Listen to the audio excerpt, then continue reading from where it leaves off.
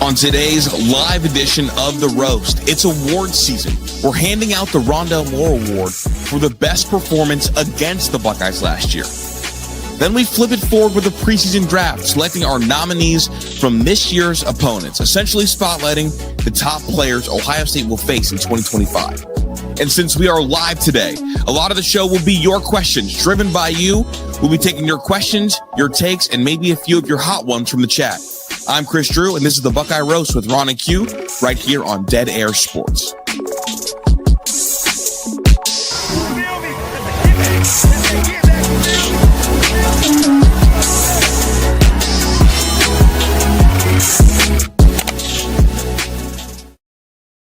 Good morning, good morning, good morning.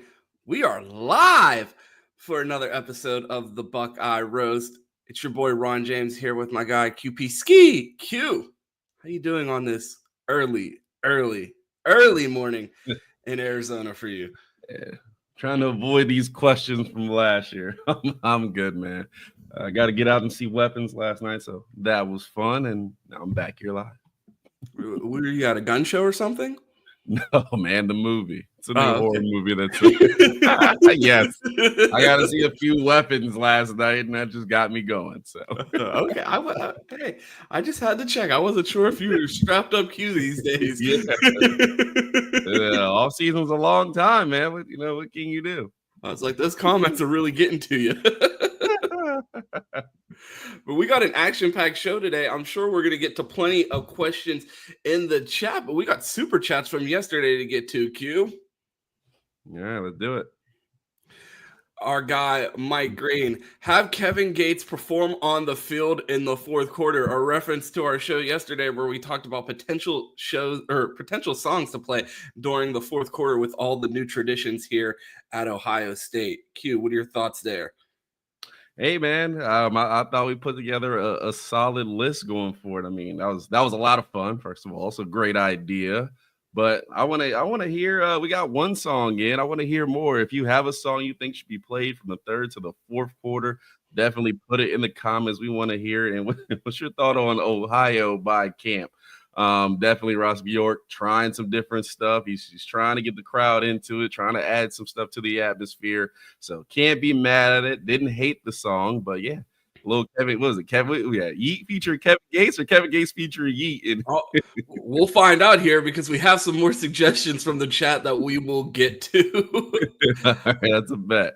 Well, a big shout out to our guy Charles Green, the first one in the chat today. Can't normally tell if we're pre-recording, but we know our guy Charles was first today. Good morning, good morning, good morning. And yes, it is still the Niles Little Dragons jersey number 32 for Amari Thomas Green.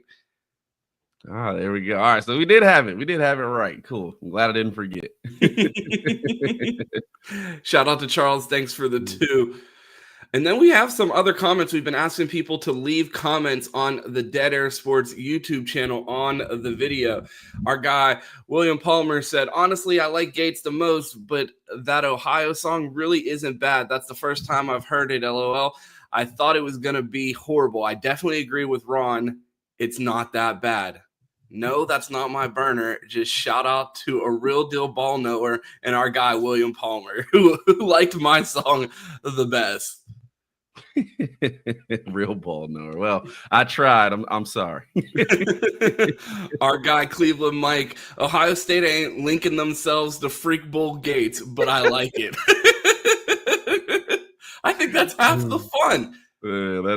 It's very true. Good luck getting that. Like I said, at least my song's repeatable. Everyone can sing it. You don't got to worry about no words people don't want to say nor hear. Just go again. You up, you down, tie game. Go again, man. Go again. We have another song suggestion here from our guy, Daniel Henry 9788. The team song for Ohio State needs to be Jimi Hendrix' Voodoo Child. Okay, not mad at it. A little old school flavor. Like I said, we got to get the old crowd in there still. You got to remember who the donors are. So you definitely got to reach back a little bit. So we could have went a little too young, but hey, I'm good for all the classic songs for the third and fourth quarter. Right. I know there's people out there like That guy's in Pittsburgh and the other one's in Arizona. What do they know about the game day atmosphere? Oh, that's fair. Look, I watch it on TV. I'm trying to gauge and be an expert, so not mad at the Ohio suggestions. We'll take those first, and we'll put me and Ron's in just a little. We'll get Ron's first. He's closer. Mine's only 10 minutes either way, but we'll put mine after his. We'll go by distance. The greatest location ever, that spot in Arizona that is just 10 minutes from Washington, D.C. and 10 minutes from the Woody. I mean, you can't find a better place to live. Hey, if you like heat, it's the place to give it. Q, what do you think about this song suggestion? Our guy Trash Can 1396. Song should be Free Dog by NBA Youngboy. If you don't want to rob your grandma after hearing that song, something is wrong with you. I don't know if I'm overstepping here, but I may speak for all grandmas in the stadium. I don't think any of them want robbed after the game. So I think that might be a little bit too much energy. You remember that year that Michigan was coming to Columbus, like right after the first loss, and they made it sound like it was the trenches? It was going to Columbus and not going to be able to make it out of there. I think that's what song they thought was playing between the third and the fourth quarter. So I'm not mad at it. Our guy Mike weighed in on your choice of Yeet Go Again as a potential fourth quarter song, and he said he gives it a C. What are your thoughts about that grade, Q? See, Mike not really, he don't be in Ohio like that no more. He didn't move to Texas and got comfortable. So I think that might be the farthest distance. We're just going to say that it's probably not, but we'll put Mike's behind mine because, if I was from Glenville and I had said that, it would be a little higher. But Mike's kind of far now, so his opinion ain't as strong. You hear that, Mike? He said you spent too much time in Frisco. He's going to come take Cleveland out of your name. You're going to be Frisco Mike from now on. Let's go. Oh, man, that's too funny. Oh, man. Someone said in the chat, maybe Mike's worried about his grandma's safety. Nope. Maybe just a little bit. Our guy Oliver Truman said, nothing personal against the band Camp. I'm sure they're nice people, but just doing their thing. But that song is absolutely dated, fermented dog shit. Can't believe anyone thought it was a good idea to be played in the stadium under any circumstance. Bad taste. Pretty sure hipsters don't even think stomp, clap, banjo, bop is cool anymore. Q, you're a hipster. Look at those glasses. How do you feel about stomp, clap, banjo, bop? Is that still in your rotation? Oh man, I'm at top of what's that list they give you? The Spotify list of your top 10 songs. Your Spotify recap. That's right. Yeah. That's right at the top of your Spotify recap. Most definitely. Yeah, not quite up there for me, but hey, I don't hate the song, man.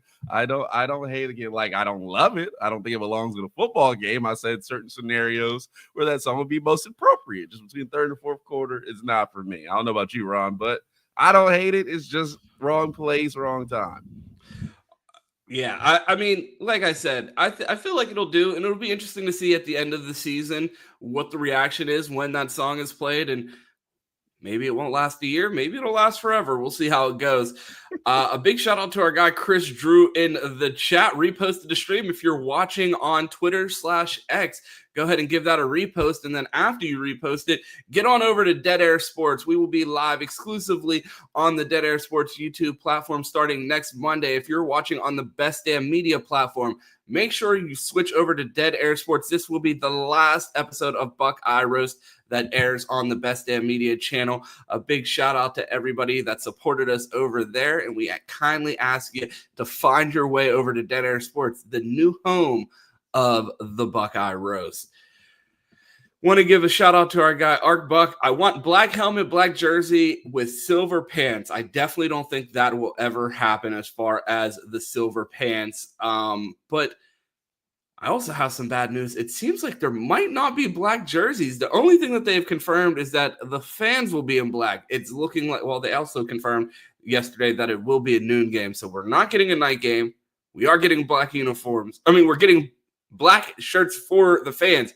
Q, do you think Nike that small startup out there in Eugene is going to find the resources to make a black jersey for the Buckeyes. I mean, the only confirmation we have right now is there will be black players on the field. Outside of that, I don't know if they're getting black jerseys. But everybody, Buck, I will say, I like where your mind's at. There is no gray in the black uniforms, which is the color of Ohio State. So how lazy they got with that jersey, I agree. Silver pants would be great, even maybe the helmet. I wouldn't be mad at it, but I don't know if Nike can get it done. But we will see. I would love a little scarlet and gray in my uniform, and it seems like they're like, just scarlet. We don't need that gray stuff. So I like where your mind's at. Another shout out to Confident Ohio State fan reposted the stream. If you're watching on X, make sure you give us a retweet and then find your way over to Dead Air Sports Q. We got plenty to talk about today. You saw the cover. We're going to be talking about Buckeye killers, people that have haunted the Buckeyes, people that have ruined the Buckeyes' hopes. And then we're going to talk about some of the guys that the Buckeyes are going to face this year that Ohio State fans should be aware of so they don't get snuck up on like they did by Rondel Moore. The Rondel Moore team, as Ron called it.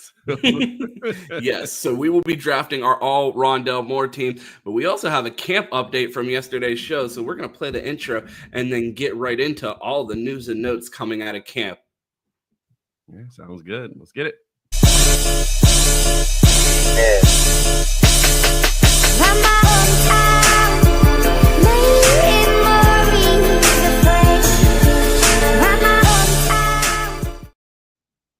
Q.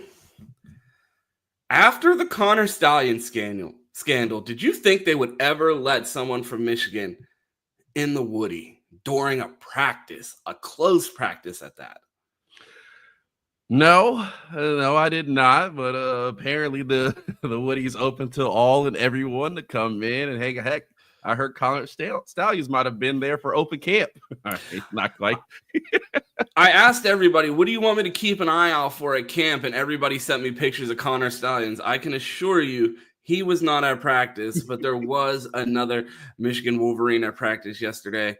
One Jake Butt had a ton to talk about from Ohio State's practice, so we're going to get right into his camp notes. Just finished up practice at Ohio State. Lots of new faces, same goals. I wonder where Jeremiah and Carnell would rank in the NFL for wide receiver 1 and 2. Would be up there. Q, I'm going to pose that question to you, and you guys let us know in the chat. Where do you think Carnell Tate and Jeremiah Smith would currently rank in the NFL as a wide receiver pairing? I mean, that's a great question. I mean, obviously, Jeremiah Smith, the freak show. We know him. If he goes to the NFL right now, he's probably, I mean, if he went to the draft last year, he's the top wide receiver off the board. So I'd say having him on your wide receiver as your wide receiver is probably putting you up there at the top of the NFL. Carnell Tate still got a little shit to prove. I feel like this season is a big opportunity for him. I feel like, we know the talent is there. SFE, of course, Ron has been paid not to say anything negative about Carnell Tate, so he can't go worse than top 15 in the NFL. I will say, I feel like they were both in the NFL right now. Your top wide receiver 1 and 2. I would say top 20. I feel like there's some wide receiver 2s in the NFL that still have some work to do, just like Carnell Tate. So I'd say maybe top 20 in the NFL if I get a nice slot receiver to go in there and really cook. So that's where I would go as far as NFL goes. Are you telling me my Steelers are outside of the top 20 in wide receiver duos right now? Because I'm taking Jeremiah and Carnell over DK Metcalf and fucking Roman Wilson. I think you underestimate the jump a little bit to the NFL. Now, Jeremiah, I think, will cook. He's physical, but there's a lot of good wide receivers in the NFL that are not in the top 20. So I think we got to give Roman Wilson a little more credit now. No, I thought you were about to say give DK Metcalf some credit, and I was going to hear you out there, but then you said give Roman Wilson some credit, and you're making me think absolutely, this wide receiver group is better than what the Steelers have. Give me Carnell Tate and Jeremiah Smith every day of the week. If that or a wide receiver pairing that includes a Michigan wide receiver, Q, I hate to do this. It's so early in the season. But, I mean, come on. Can we take this guy serious? He just picked a Michigan wide receiver over a Buckeye Q. I'm going to have to start looking for a new co-host if you don't tighten up. I'll say, wait till you see my player draft. Oh, my God. Back to practice notes before Q takes the show off the rails, glazing Michigan. Obviously, the QB battle. Different guys. Julian, more pure passer, felt that he was more accurate and technical operating the offense today. Lincoln is a bigger, stronger athlete. When he pulled the ball and read options, you get to see the special athlete in space. Maybe we see both because of the complementary skills, both getting reps with the ones not concerned about that position. Either guy will be fine. Q, he mentions Lincoln Kienholz as a runner. Are you ready for my stat of the day? What is your stat of the day, Ron? Julian Sayin had the longest rush of any quarterback on the Ohio State roster last season. I mean, hey, I'm not mad at it. I don't think we look at Julian as a runner, but we look at he will have to add something into the run game. I mean, I don't know. They got a guy named James Peoples. He can run the ball pretty well, so I don't need too much. But like I said, no more statue quarterbacks. As long as we do not have another Kyle McCord back there who clearly has a block in front of him and somehow finds the linebacker out of all people there between him and the end zone. I feel like we just can't have that. So I think Julian Sayin will add something in the run game, but I don't know if I'd go far as Lamar Jackson or Bo Jackson or the combination of the two. Our guy Doug Shepard said in the chat, I'm concerned about Julian not being outspoken enough. Ryan Day said he hopes to have a quarterback named by the end of next week.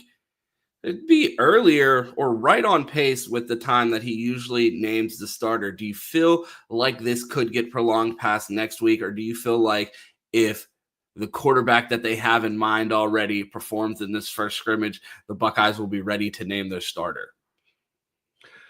I hope so. Again, I hope it's earlier than later. Now, Ryan Day always says a lot of things and things get delayed, but I'm hoping midway through camp, he is able to name a starter. Somebody has. I think that's all the hope. I'll ask you, Ron. If somebody separate themselves by halfway through camp, is that always the goal? I mean, the 15th would be right up there with the earliest that he's named a starter in his tenure. It usually drags on a little bit further than that. Coming out of camp, out of the first 3 open practices, it seemed like Julian Sayin had the best of the good days. We're hearing Jake Butt again reiterate that he felt like Julian Sayin was the more accurate passer and had more command of the offense. It seems like they're just waiting for Julian to take that step like Doug is also waiting for and become that vocal leader of the team and truly win over the locker room. It seems like from an X's and O's perspective and a throwing the ball perspective, he checks all the boxes and they're just waiting for that leadership. And we know how valuable that leadership is. Will Howard, not the greatest pure passer, but Ryan Day raved about his leadership and command of the huddle. And I feel like they're waiting for Julian Sayin to take that step. I mean, yeah, I'd agree. It is very important. I mean, obviously, you need some. I mean, well, one, you got Jeremiah Smith out there. Somebody's got to give him the ball. Like anybody, if one, and let alone talk about Brandon Ennis and Carnell Tate, who we just mentioned, would make would you say top 15 wide receiver room in the NFL? At least top 3 in the AFC North, because they would be better than the Steelers. Fair enough. So somebody's got to give them the ball. I'm hoping they grow, and I'm hoping definitely these quarterbacks are up to stuff by the start of the season. So we need just a little bit from them, but at least we have enough to get them going and get them started with the amount of weapons we talk about around Ohio State. So I think they'll be fine, man. I am not terribly worried about it, but again, we got Texas coming in week 1, so positive Q maybe going out the window first week of September. Man, these guys ain't good enough to get off my ball team. So we'll see if that comes. But right now, it's all positive vibes going into and going through camp. Yeah, I mean, I hope this softens your worries. I don't know what defenses will be able to stop the offense. We don't even know who the quarterback is, but you don't think anyone's going to stop either one of them. You have to split safety to slow down these wide receivers, but I watched Claire create separation with ease, and Thurman is a problem to deal with because of his size. That's great to hear, a guy that we've been wondering if he's going to be able to get on the field. So do you have a linebacker try and guard them with no safety help? That can't be the game plan, in my opinion. Too good. Claire is a different talent than OSU has had at the wide receiver position, and the room is deepest it's been. With an absolutely loaded wide receiver room, obviously loaded wide receiver room, but also a loaded tight end room, Q, how much does this open up the offense and the playbook for Brian Hartline? It opens it up a lot. Again, Brian Hartline, the pass guy, want to see what he's able to do there. Definitely in the pass game, but I feel like, again, there's a lot around. Tight end room, offensive line, like you raved about the offensive line coming back. Like, they're huge. Now that doesn't mean you can play. Hopefully they can move some bodies in there. But I feel like we have enough confidence from last season saying, okay, these guys are solid. Let's see if they can mesh and get through a season. You add a couple pieces, obviously, through the transfer portal. So, you got to feel confident that the run game is going to be there. You got to feel confident that the running backs will be able to help out whoever is at quarterback. It is a battle for all sakes. So, but you still got to feel confident that Brian Hartline and this office can get going even if the quarterbacks aren't up to snuff early. I like that. I think we might need to put that on a t-shirt. If the Buckeyes offense starts rolling, we get offense t-shirts to show how confident we are in this offense. Some more practice notes. Jake Butt, he should have called a publishing house with this book that he put on Twitter yesterday. Buckeye fans would have ate it right up. Continues. So you play, I'm guessing that's nickel or dime is what he's trying to imply with the $2 signs there. Money cash or position? Cash position. That's when OSU O-line and running back will need to impose their will. They have the bodies, as Q just noted. They have depth. Ethan Onua is a freaky looking dude out there at tackle. Unit should be The unit should compete with the top of the conferences again. Q, I have said I would be shocked if Ohio State doesn't have a top 5 offensive line in the country and should be a Joe Moore Award contender this year. How are you feeling about this offensive line?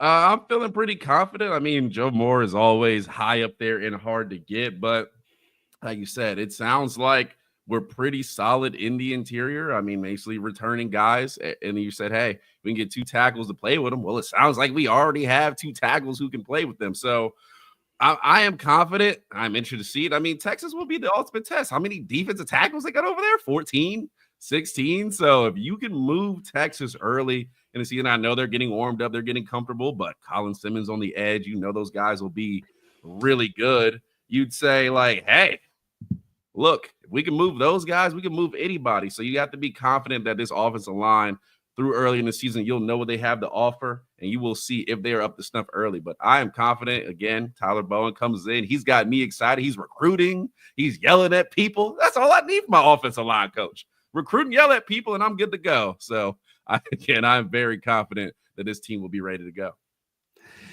I want to move on to the running backs. Running back looks like a healthy rotation. CJ Donaldson reminds me of Carlos Hyde, physical, strong, powerful, and now that he's lost some weight, he's quicker. The room has multiple ball players that they'll utilize. Q, how long do you feel like these running backs are going to be looking over their shoulder throughout the season, waiting for Bo Jackson to assert himself in this rotation?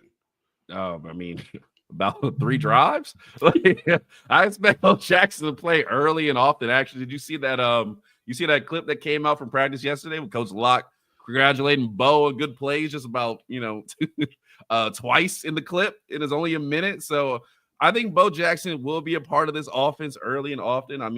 If you look at it, you're like, wow, he's just as talented as anybody. So I don't think it's going to take too long. But again, a nice, healthy running back room, Coach Locke in there. I'm excited about them as any position coming on. I feel like them and tight ends really need to make a statement early in the year as the QBs get ready. Yeah, Q with a prediction, 1.3 thousand yards for James Peoples. Are you thinking 1,300 yards is in the realm of possibility? Well, that's that smooth talker Chris Drew on the intros. Not quite my prediction, but I can take credit for it. Yeah, I mean, I don't know about quite 1.3, but I can see James Peoples up there crossing 1,000. I mean, I think CJ Donaldson is going to get his fair shake at Peoples. So I will say, yeah, I can see it. Maybe a little much. I mean, obviously, I expect the balance, and Coach Locke showed it last year. He said, hey, I can get these two guys up to 1,000. I can manage to do that with running back. So we will see there. But I will go over 1K for James Peoples.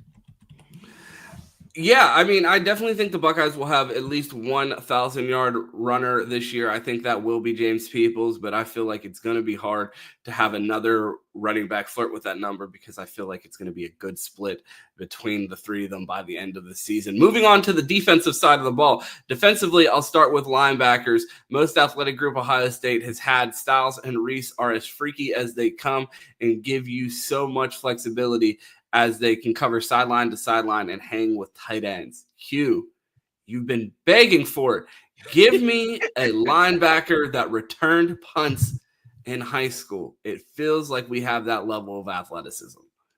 Finally, man, it feels like the freak shows are out to play. It feels like we had to wait a little bit, but now there's nothing to complain about. Sonny Styles, we saw him last year. I was on the Sonny Styles bandwagon early last year. Everybody said, put him at edge. Maybe he's not a linebacker. I said, hold on, man. Wait a minute. Just give him a little time. And by the end of the season, him and Cody Simon, Ron's guy, was playing as good as ball as anybody in the season. And then one more guy who felt like the Riley Pettijohn of last year, Arvell Reese. I said, give this guy more playing time. So, come on, man. It's too early for this.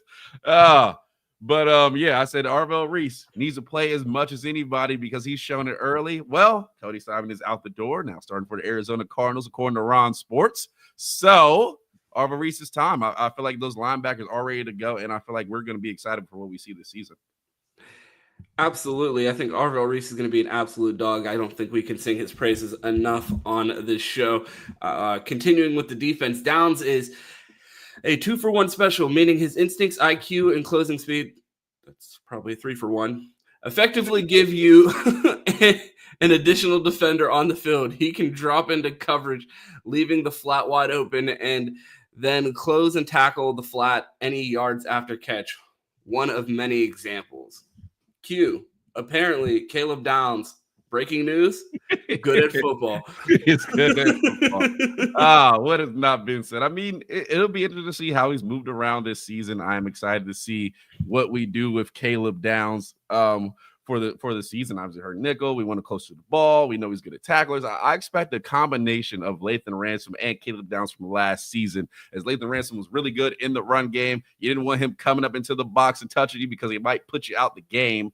But he was also Caleb Downs was also back there making sure nothing went deep and nothing was threatening us in the pass game. So I believe Caleb Downs is going to give us the best of both worlds this season. I don't know if you agree with that or disagree with that. Let me know. I don't know, but their pause from the chat on your freaky and flexible analysis. I did not say the word begging for. That was Ron. Somehow it just gets tied to me. I never said that. Gotta have this man Q take a cold shower before these morning shows get on here with that freak talk this early in the morning. Well, let's wrap up this camp report. D-line is the key. I would put their floor as top 5 D-line. Is that in? I hope he's talking about in the country and not in the conference. The question will be the ceiling. Can they dominate and control teams the way they did last year? They have the size and the physical attributes.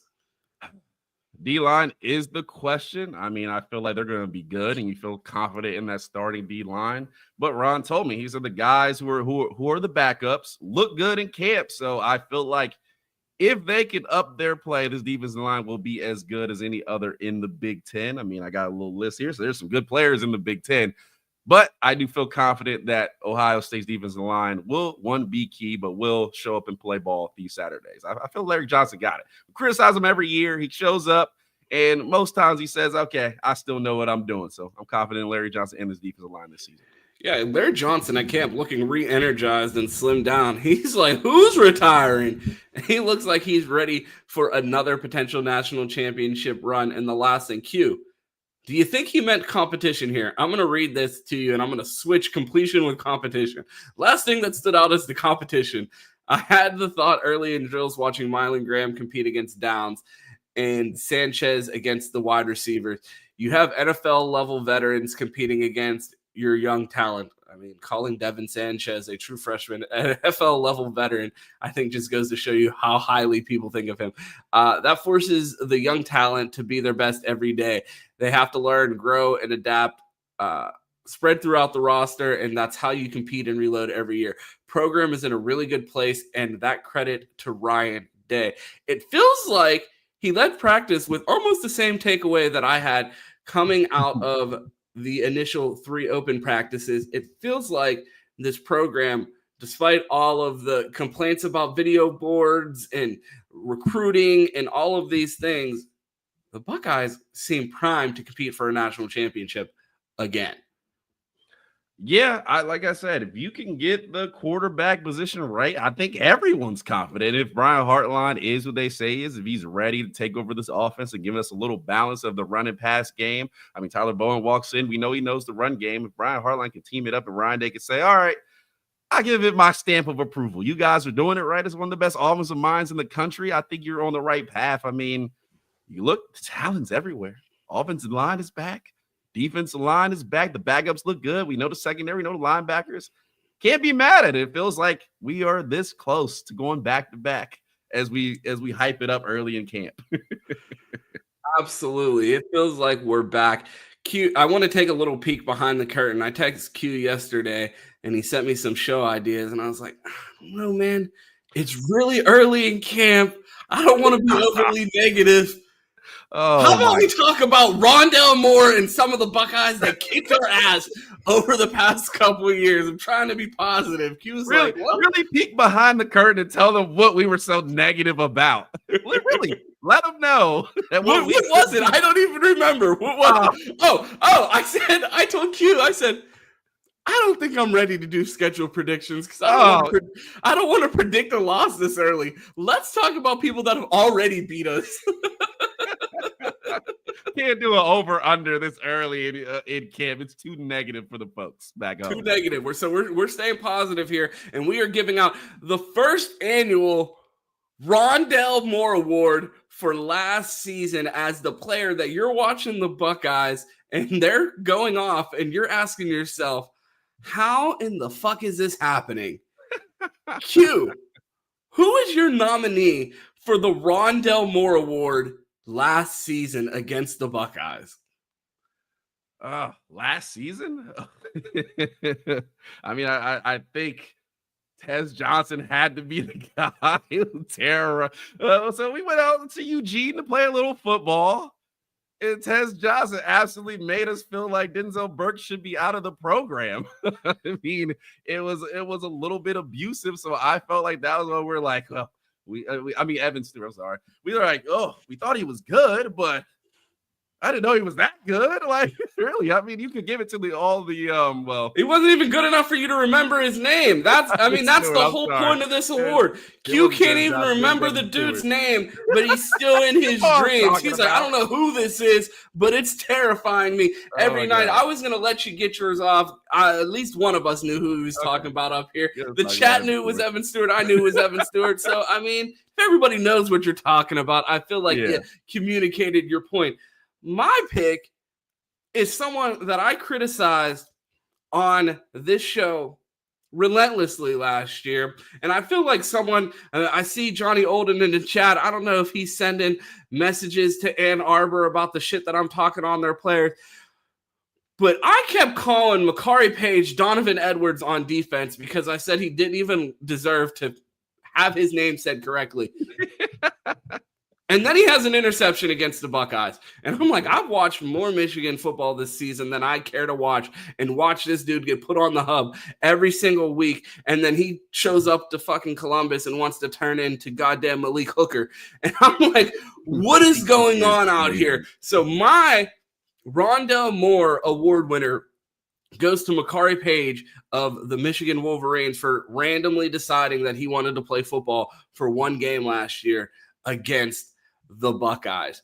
But we wanted to make sure fans never get caught off guard like they did last year when Evan Stewart was going crazy against the Buckeyes, and Q's like, is that Tej Johnson out there? I seen him too. But yes, Evan Stewart is who I was referring to. It's 5 a.m. What do you want me to do? We appreciate you being here on this early morning. But so today we wanted to do a preseason watch list for next year's Rondel Moore Award Winner. So Q and I are going to do a fantasy style draft where we're going to draft 1 quarterback, 2 running backs, 2 wide receivers, an offensive line unit, and 3 players from the defensive side of the ball. 1 defensive lineman, 1 linebacker, and 1 safety that Buckeye fans should be aware of on the schedule this season. Q. Time out. You did not give me these rules as to which level of the defense to choose from. Just it's literally in the text message. Okay, well, guess what? I've broken those rules early because, I'll tell you when we get to it. I'll tell you. All right. Well, since Q broke the rules, I feel like he's automatically disqualified from the coin flip, and I am going to take the first pick in this draft. And I'm going to go with a name that a lot of Buckeye fans may not be familiar with. Drew Allar. Oh, and what name is that? No, I'm not going far off the board. I feel like Drew Allar is a prime contender for this award, not because he's unknown, but just from the terror that it's going to cause Buckeye fans, especially the type of Buckeye fans that love them an Ohio quarterback. Drew Allar, the hometown kid. I know Browns fans are clamoring for him to be the 3rd quarterback drafted in 2 years for the organization. Chris Drew, a Drew Allar stan. I don't know if it's the name combination or what. That is a guy that I feel has the potential to rip the hearts out of Buckeyes this season in Columbus. A hometown kid, an opportunity in front of an Ohio crowd to get his get back for the Nittany Lions, a team that has not been able to beat the Buckeyes at all during his tenure. And I think that Drew Allar is a prime candidate for the Rondel Moore Award. I mean, I like the pick. Drew Allar has a lot of hype coming into this season. He finally got some wide receivers. I think we each have one of them to talk about, so we will get to that. But yeah, a lot of hype for Drew Allar this season, the Ohio guy. Could have been Ohio State, but quarterback room was a little loaded, so went over there to Penn State and hope for big things this season. Question for you: if Chris Drew and Drew Allar were to get married, would Drew Allar go by? Would he keep his last name? Would it be Chris Allar or would it be Drew? Which one would you go with? It definitely has to be Drew. I did see that on the show. That was too funny. So we'll let my guy Chris, the biggest celebrity in Ohio State media, go ahead and keep his last name, and we'll make Drew Allar go Drew for purpose of this is more funny. So you heard it here first. Rondel Moore preseason finalist, Drew, Penn State quarterback. There we go. All right. Well, you got your pick out the way. You didn't have to reach too far in the garbage bin for that. You took the name that was right on top for quarterback. So if anybody watched it, for my real ball knowers out there, the ones who were really in the Big Ten trenches last year, I picked a guy whose name you may be like, oh, Q, tell me about that a little bit. Desmond Williams out at Washington. So if you know Chris Drew. I've had enough. I'm not even listening to If you know Chris Drew and you know Minister Sports, they've been hyping this guy all offseason. They say, Desmond Williams, who is this guy? Well, passer, he's up there. Runner, he's up there. I guarantee you go watch some highlights. This kid is explosive. He had to split a little time last year, but hey, I feel like he's ready to go. So keep expanding your ball knowledge. Check out a little Desmond Williams. I feel like he's primed for a good season, man. Definitely up there on passer stats. And as far as a runner, he's going to give you both. So that is my quarterback. And that is a guy who I say he might cause a little concern for Ohio State this season. Yeah, I mean, I know Q's take was terrible, but that's not why I left the show. I had to go shut off my air conditioner. It was woofing. I didn't want it screaming over Q. I can't listen to this nonsense. And it's cold in here. I am going to go get real creative with my next pick, Q. Oh, Jesus. Sticking with another unknown commodity on a team that most Buckeye fans aren't familiar with. Going way out of the box here. Kaytron Allen of the Penn State Nittany Lions. Sticking with Penn State. If you haven't noticed here, your boy Ron is worried about this Penn State game being that all the people, I'm like, you know who you need to know?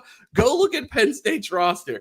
But I feel like Kaytron Allen is the forgotten back of the two in that Penn State running back duo. It feels like they have replaced the Buckeyes for best running back duo in the Big Ten this season with Nick Singleton and Kaytron Allen, two guys that we've been talking about for years now on this platform. Kaytron Allen, my favorite of the two. I feel like he is a much more physical runner than Nick Singleton. I know a lot of people don't care for Kaytron Allen as much after they watch Kenneth Grant hawk him down on a breakaway run. And like, I don't want a running back that's getting tracked down by defensive tackles, but I am a big believer in Kaytron Allen. And I feel like that type of physical runner, and with the struggles that we've seen against Michigan in years past, I feel like that is the type of back that could cause problems for the Buckeyes and be a potential Rondel Moore Award winner. Yeah, I like the pick. I'm starting to wonder if there's anybody not on Penn State's team. After I picked those two as my first two picks, I stopped picking Penn State people. If not, I would have been like, this would have been the Penn State preview with Ron. So I decided to shake the list up a little bit, but that is my last Penn State choice. Well, for those folks out there, Kaytron Allen is a good pick. I like it, very solid. But unlike Ron, I'm not going to sit here and glaze Penn State all day. This is why my next pick is Nick Singleton, running back for Penn State. Jesus.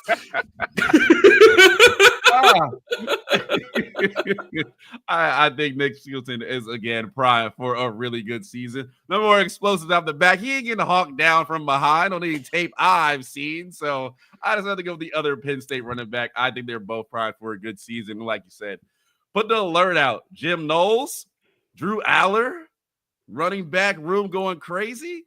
It feels like Penn State this season might have some juice. And like I said, it is interesting that the writers told you Ohio State is currently ranked ahead, or the coaches told you Ohio State is currently ranked ahead of Penn State. I mean, they know ball. They coach ball. Yeah. They have to play Ohio State. All will be revealed. I feel like my next pick at running back is probably one of my best picks, if not the best pick for this actual award, because it fits the description of the award better than these Penn State guys that are known commodities that people are familiar with. And that is Kyle Monangai, the running back out of Rutgers. Last year had 1,200 yards, 13 touchdowns, 5 carries. That guy has the type of potential to turn a game upside down. And it's like, are we losing to Rutgers? Can anyone tackle this guy? That's why I'm going with a Rutgers player as a potential Rondel Moore Award winner next season that the Buckeyes should keep an eye out on their schedule. No, I agree very much. Kyle Monangai has been the Big Ten for a bit, and he's produced. I mean, you look at Rutgers, you're like, hey, who does Rutgers got? We'll be fine. Like, it's just Rutgers. Next thing you know, this dude's out here going crazy. Like you said. Q. No one's going to stop me.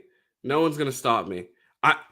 I'm sitting here going through right now. I blame ChatGPT because I asked ChatGPT to give me a list of potential players that the Buckeyes are going to face next year. You know who that they gave me?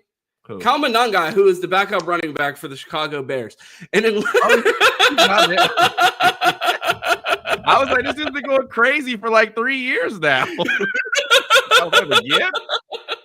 I've been watching Buckeye shows off season, and I've heard multiple people complain about ChatGPT and their show research giving them wrong things. I told ChatGPT, triple check this list. And I'm sitting here talking about Kyle Monangai, and I'm reading those statistics, and I'm like, feels like someone would have drafted this guy. I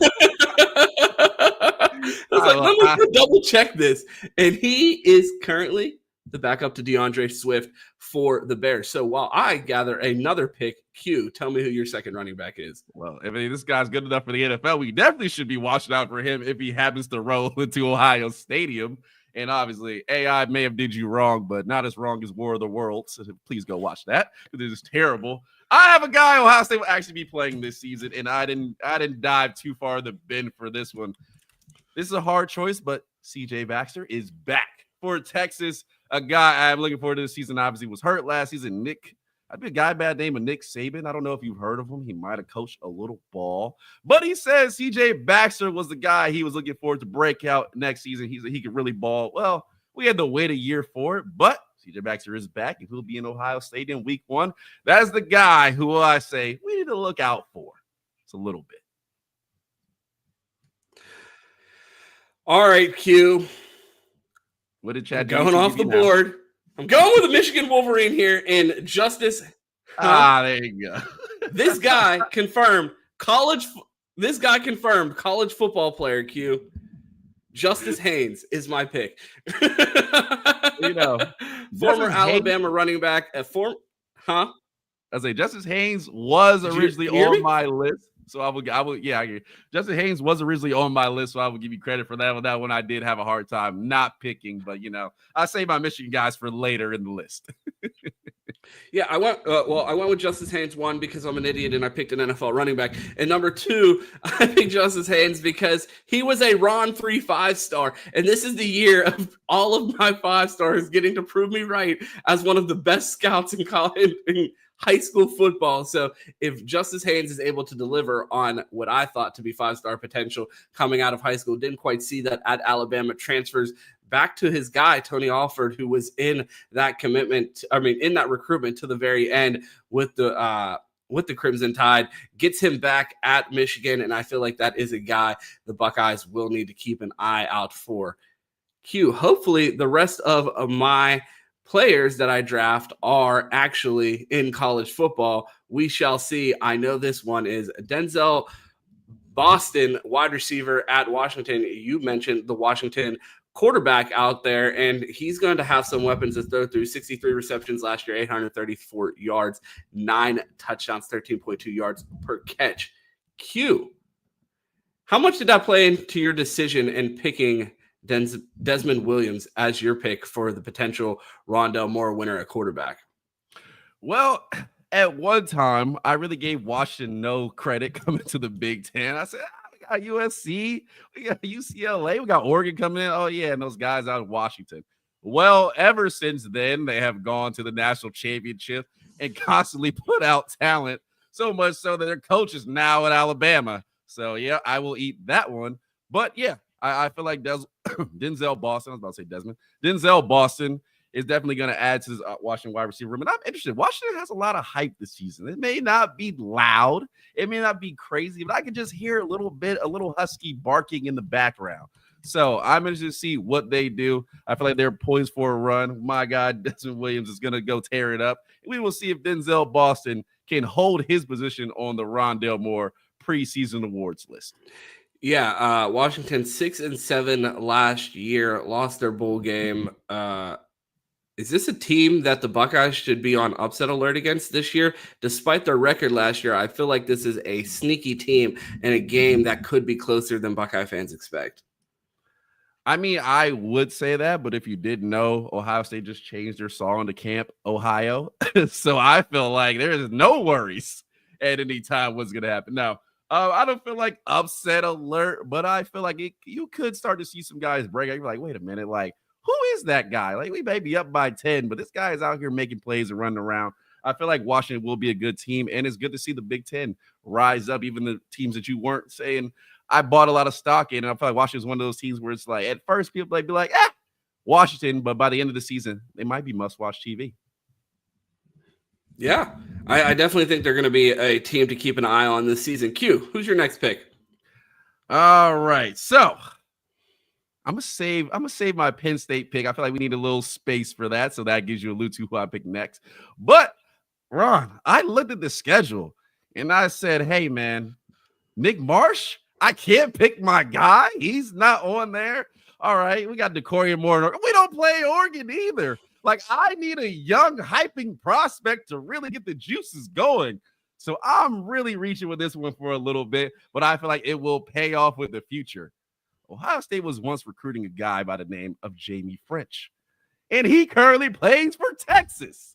He ain't going to win the Rondel Moore Award this year. He'd be lucky to see 5 snaps in game 1. What are we doing? So I am buying early stock in Jaime Ffrench, one of my favorite guys in the recruiting cycle. I'm buying some early stock.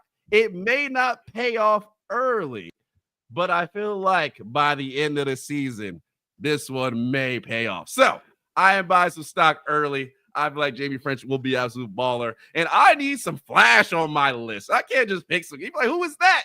I need a little bit of flash. You see, I got the glasses on early. So I went with Jaime Ffrench as my possible Rondel Moore Award pick. Our guy Fisherman calling me out. Ron being lazy, trusting AI. Well, I'm going to double down on my laziness because my next pick, I picked up the phone and I called my best friend that is a Penn State fan, and I asked him, who's going to lead your team in receiving next year? And when I lied and told you I wasn't going to pick any more Penn State players, I lied. And I have one more on my list. And I picked one, Kyron Hudson, USC transfer, as wide receiver at Penn State as a potential Rondel Moore candidate. And I feel like any Penn State wide receiver could have been eligible for this award because we haven't faced any of these guys. 3 transfers at wide receiver for Penn State, all of them with the potential of elevating this Drew Allar offense to the next level. Yeah, I mean, you see there's a lot of new guys coming in there, and you're like, hey, what is Penn State going to be? They can't recruit receivers. Well, apparently they can go buy some. So that works just as well in this age of college football. Yeah, I feel like Penn State this season, man, they are really. I'll ask you this, Ron. Where does Penn State have to reach this season? We see people clown James Franklin in the comments. Where does Penn State have to reach this season for it to be a success? Because you got a lot of guys on here. I got a few guys on here. It seems like the Penn State hype, you just can't block it out. They have to beat Ohio State. I feel like if they beat Ohio State and did win the national championship, their fan base would be fine. They need to get over that hump of showing that, hey, we are not in a second tier of the Big Ten behind the team up north in Ohio State. They need to show that they can beat these 2 teams that have been able to win the Big Ten, that have, and you could throw Oregon in there because they had the opportunity to win the Big Ten last year and couldn't get it done against Oregon. So I feel like they need to show that they can beat these upper echelon teams in the Big Ten. And I feel like that'll be enough for their fan base. A national championship, that would be great. But feeling like they are worthy and in the top 3, in the top 4 of the conference that actually have a chance to compete, I feel like they need to get it done against the Buckeyes. Well, I feel like if they can get it done against the Buckeyes and possibly Oregon, I mean, that sounds like a Big Ten championship level expectation. I mean, if you can beat those 2, you look around the Big Ten, you can beat anybody. Absolutely. All right, there we go. Well, if we didn't have enough Penn State hype, they bought another guy this offseason by the name of Trevor Pena. So the Syracuse wide receiver transfer, they said, James Franklin, he's got to get a wide receiver. And they said, all right, we got a little cash left in the pocket. There's talks that a guy may want a little more bread. He tore up the ACC with one former Ohio State commit and player, Kyle McCord. What can he do over here in Pennsylvania? So I went with Trevor Pena. I think this wide receiver room, somebody's going to eat. You took Kaytron Hudson off the board. So I said, you know what? Give me the other Penn State guy. Hopefully they double cover him, and my pick pays off. Yeah, Q, I've watched this movie before. I have seen the Penn State Nittany Lions go into the transfer portal and get one of Kyle McCord's wide receivers. And we saw how that went last year. That's a little different case. We could have told you that might not work out for you. But one of these guys costs a little more money. So I think Trevor Pena is going to have a good season. And I feel like with Ohio State, you got to pick your poison a little bit with this Penn State. I mean, we named 2 running backs, a quarterback, 2 wide receivers. I mean, do we have a tight end on this list? Maybe so. But we will say, I'll say it will be a good matchup this year. And I'm interested to see what Trevor Pena, who tore up the ACC, can do in the Big Ten. I do not have a tight end on my list. I don't have either. Okay, I was like, did I miss that in the show notes? No, you're good. So Q, one more. I wanted pick the offensive line unit before we move on, and then we're going to get to questions from the chat because we are running a little bit low on time, and we will circle back to the defenders on Monday. Q, what offensive line are you taking? Even though I don't think we're going to give out the Rondel Moore Award to an entire offensive line, I feel like I'm going to have plenty more to talk about if an entire offensive line comes in and just completely dominates Ohio State. But Q, who did you pick as the best offensive line unit that the Buckeyes will face this year? Yeah, Ron, I had to tell you, I really did my research. I really went through my process, and I chose Penn State. Oh, brother! I should have changed the title to the Penn State preview. God damn! So you cannot blame me for this one. As Ron said, he went down AI. He said, "Give me some guys." Well, I said, on 3, I don't do Ohio a lot. I mean, I'll do offensive line scouting. Help me out here. I see Oregon at 10. I see your boys Penn State at 6 for the 6th best offensive line in the country. So I'm going to roll with Penn State. We've said Penn State everything else. Hell, give me the offensive line too.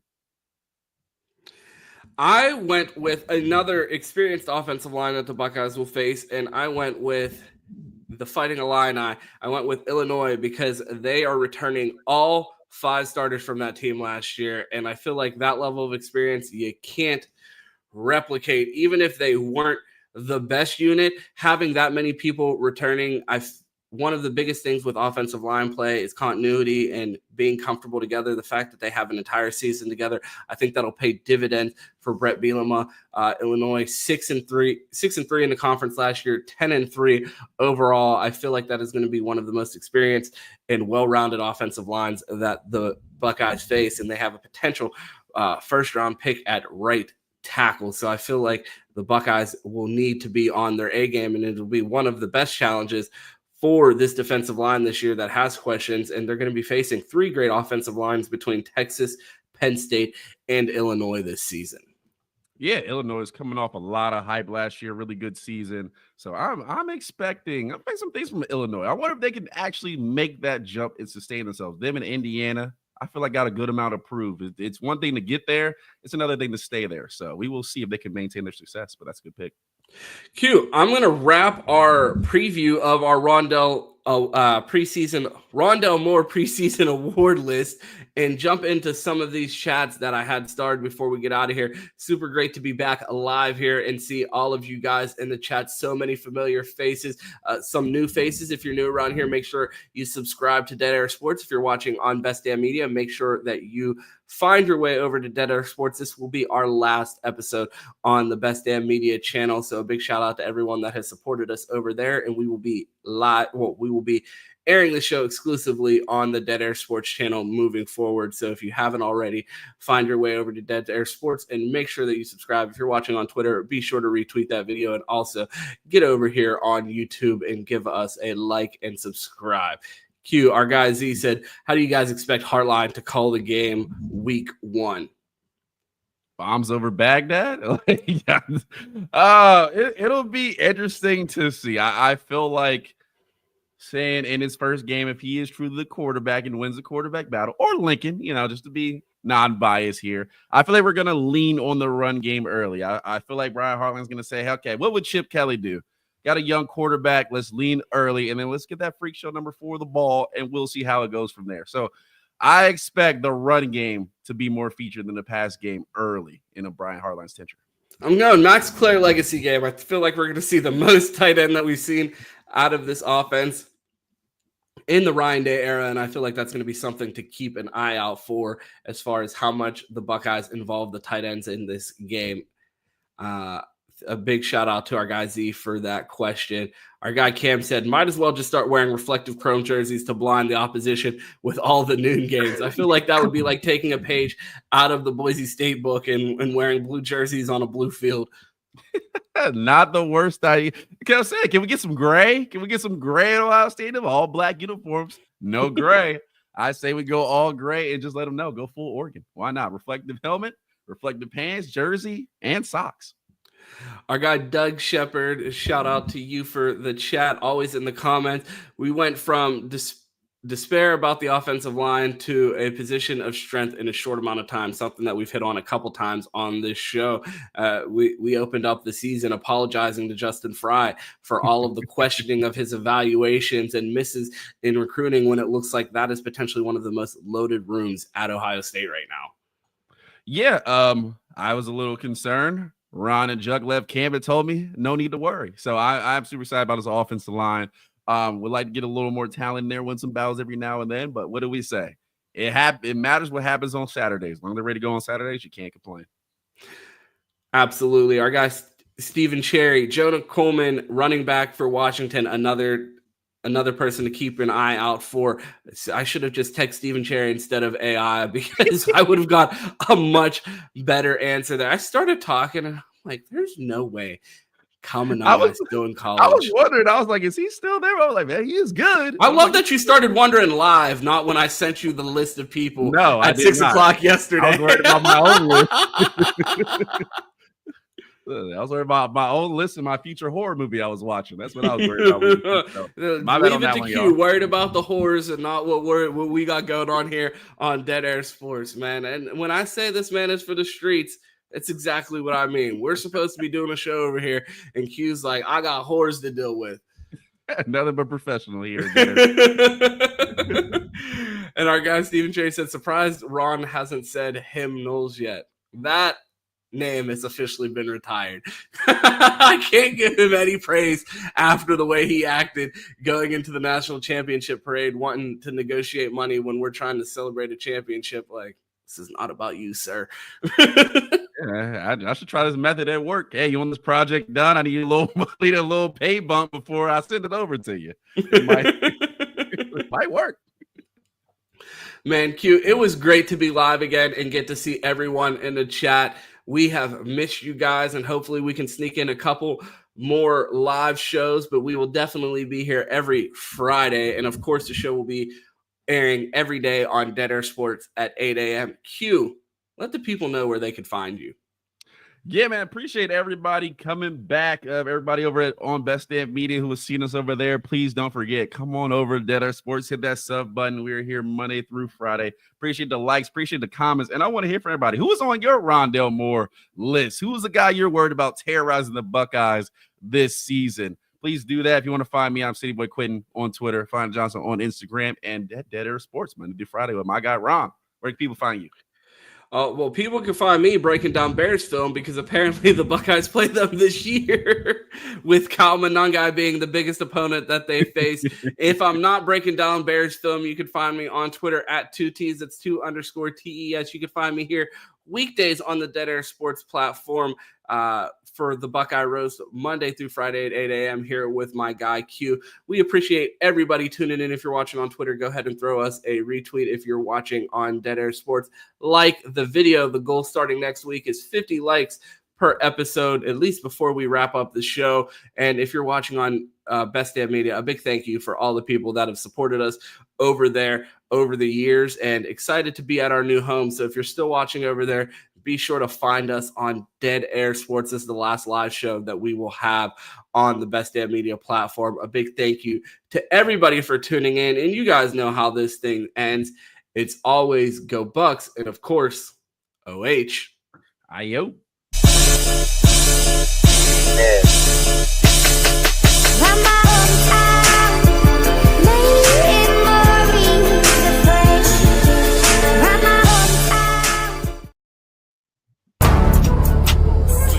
Example, when things get hard in life, you just keep swinging as hard as you can. You fight. That's our culture.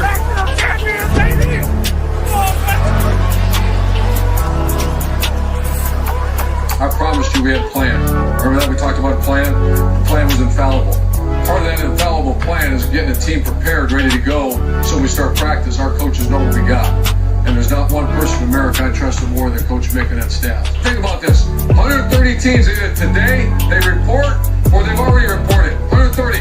16 weeks from now, there's going to be one champion. One champion in our conference, one champion on the side of our conference. And in the country, one team's going to do this. Not 36, not 48, not 44, one. That tells you how hard it is to be a champion. To do right all the time. To know your assignments. To have 11 guys play hard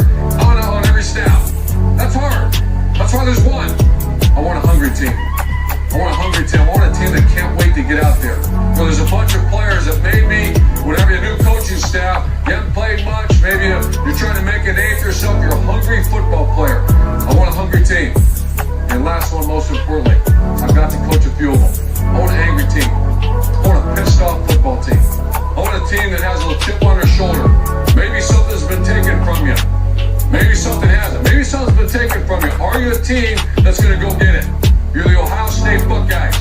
You're an angry football team. You got an angry staff. You got a bunch of guys that are getting ready to start a journey. We're starting that journey tomorrow at 5 a.m. You're a hungry football team, and I'm proud to be your coach. There's a plan in place, right?